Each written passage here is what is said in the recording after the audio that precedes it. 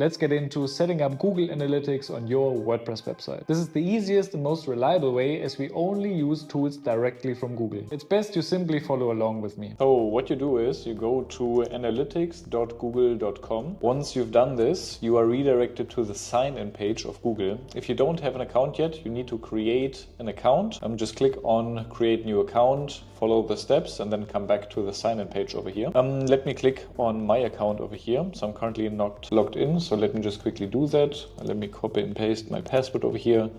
Let's click on next, and then we are redirected to the Google Analytics dashboard. And now you are in the setup phase of Google Analytics. So we click on start measuring over here now. Once this is done, we will start the process. As you see over here, there are a couple of steps that we have to do to create the Google Analytics account. Let's first of all give the account a name. I would personally go for either your name or the business name or the brand name, because in the account, like the account is the umbrella, and under the account you have then different properties which are your website. So let's go for Fabian Buengers, so my name over here, and then we have a couple of different account data sharing settings that we can select. In general, I would recommend to leave the current check marks in place as they already are. Obviously, you can read through all of them yourself and then decide which ones you want to leave enabled and which ones not. I will leave the ones that are currently checked in place right now because I want to be the best friend of Google. And then I click on next. Now we are in the step of the property creation. So the property is, for example, your website or your landing page. So for the property name,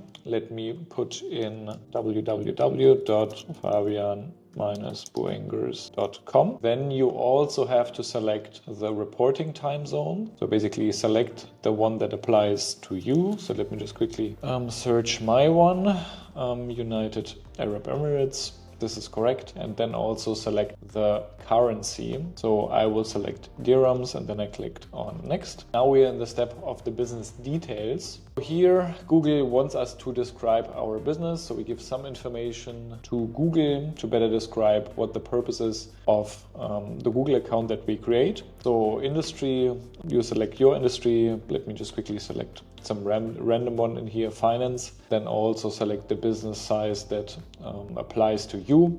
I go for medium over here and then click on next. Now we have to select the business objective. There are a couple of different options that we can select from. If your goal with the website is to generate leads, then select this one over here. If you want to drive sales, for example, if you have an e-commerce store, then you can select this one over here. In general, I would also select understand web and app traffic over here and also view user engagement and retention.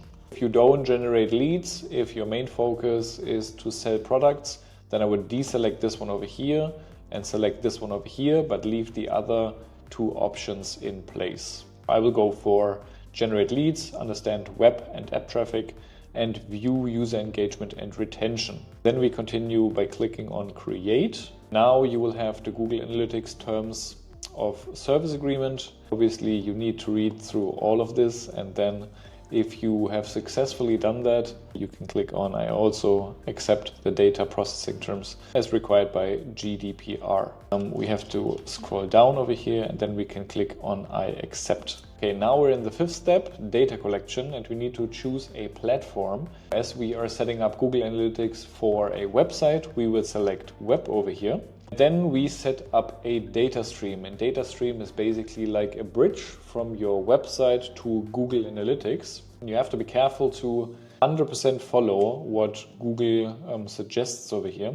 So we leave the HTTPS over here in place. Then we put in the URL of your website. Also make sure to include the www-buengers.com.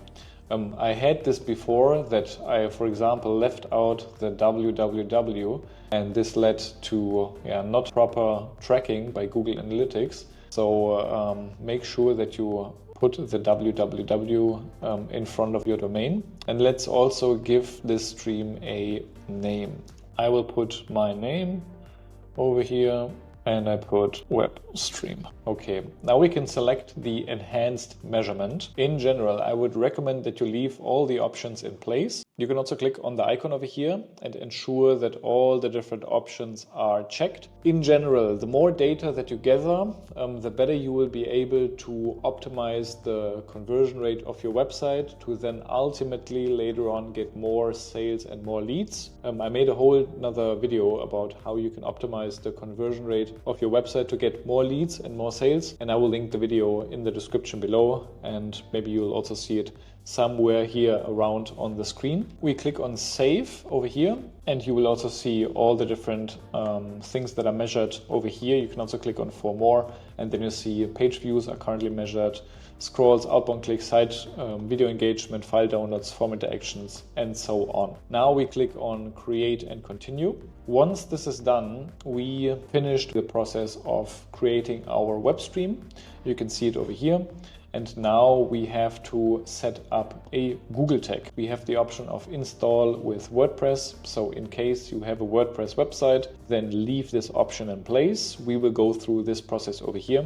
If you don't have a WordPress website and you use a different page builder, I don't know, for example, Wix, then you can click on install manually over here, and then you can take this code over here and paste it into the header section of your website. So we will leave install with WordPress in place right now and click on next over here, and then you will see a detailed guide on what to do next. So you basically created your Google Analytics account now, and now we will connect Google Analytics to your WordPress website. So let's switch to your WordPress website. I'm currently in the dashboard of WordPress, and what I will do now is I will navigate to plugins over here, and we will add another plugin. So I will click on add new plugin over here, and in the search plugins bar we search for Google, and then the Sitekit should show up. Yes, we have it right here, Sitekit by Google. In general, I would highly recommend to go with this option over here because the Sitekit is created by Google. I did it before. I went with a couple of different third-party integrators. Problem with that is that if it's a third party, it could happen that the third party decides to stop their service or to stop updating their plugins, and then you're basically left alone because Google is constantly evolving, and if the third party does not continue to update the plugin, then it could happen that it leads to Google Analytics not tracking the data on your website correctly anymore. So let's continue with installing Sitekit on your website. So we click on install now over here. This will take some time until it's installed. Once this is done, we click on activate over here, and then we have the Sitekit activated on our page. We will continue by clicking on Start Setup over here, and then we can set up the Sitekit on WordPress. So what we will do is we will put the checkmark in here in place, so connect Google Analytics as part of our setup, and then you can decide whether you want to help Google or not. I will decide to not help Google in this case, and I will click on Sign In with Google. Once I click this, I will be redirected to my Sign In with Google account again. I will click on the account that I also selected for setting up Google Analytics. That's important in this case. And then I will click on continue. And now we have to give access to the Sitekit. Select all over here. Make sure that all the different check marks are in place. Once this is in place, we click on continue. Then we have to verify that we actually are the owner of the page. What Google will do is it adds a HTML code to your website. This will basically be injected by the Sitekit. So we click on verify over here right now, and this should hopefully then work. Okay, now in the second step, we will also turn on the metrics in your dashboard. What this will do is you will have a dashboard in WordPress where you can directly see different metrics of Google Analytics, which is pretty convenient because then you don't have to switch back and forth between your WordPress website or your website and Google Analytics. So we will allow this over here, and we will also set up Google Search Console. We will set this up right now, and I will show you later on what kind of cool things you can do with Search Console and why it's important to have this in place and properly set up. So let's click on setup over here.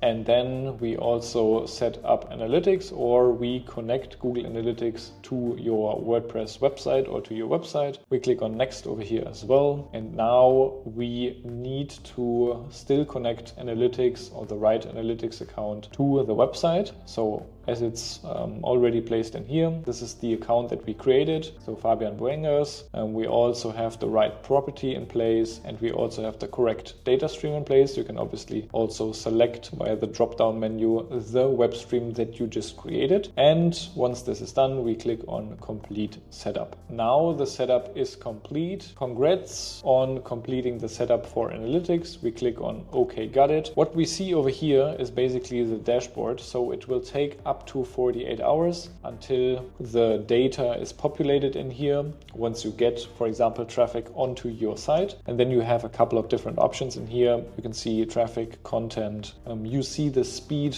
of your website, and also you have a tab for Google AdSense. Okay, so this is basically it. You successfully connected Google Analytics to your website right now. There's another thing that we should do, which is setting up the Google Search Console, which I told you before. So what you can do now is you can click on See Other Services over here. Then we go to Connected Services over here. We have the Search Console already connected. We have Analytics connected and Page Speed Insights. What we will do is we click on the Search Console and we click on this link over here, See Full Details in Search Console. This will open up Search Console. As I mentioned before, in Search Console, you basically see, for example, where people are coming from to then land on your website. So for example, if a person is searching on Google a certain search phrase and then is redirected to your website, then you will see this search phrase in the Search Console, which obviously also gives you data that you can then use to optimize the content on your website.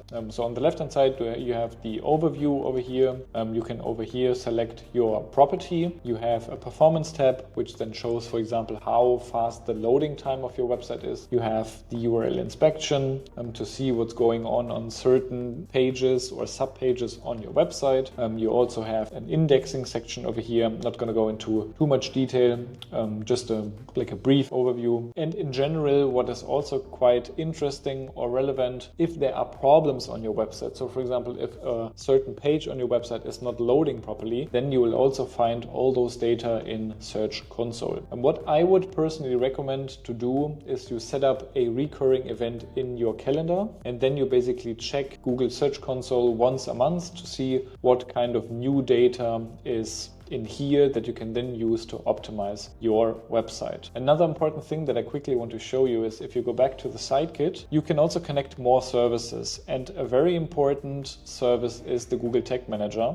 The Tag Manager is basically used to implement all sorts of code onto your website. So it is a very crucial and very important tool. If you want to set this up as well, I will link a video where you can then go through a step-by-step tutorial on how to properly set up the Google Tag Manager to ensure that all the conversions and conversion events on your website are tracked properly, so that you can then use the data to optimize your website, to get more sales and to get more leads. If you have questions or are not 100% sure about the stuff that I talked about, just leave the questions in the comments below.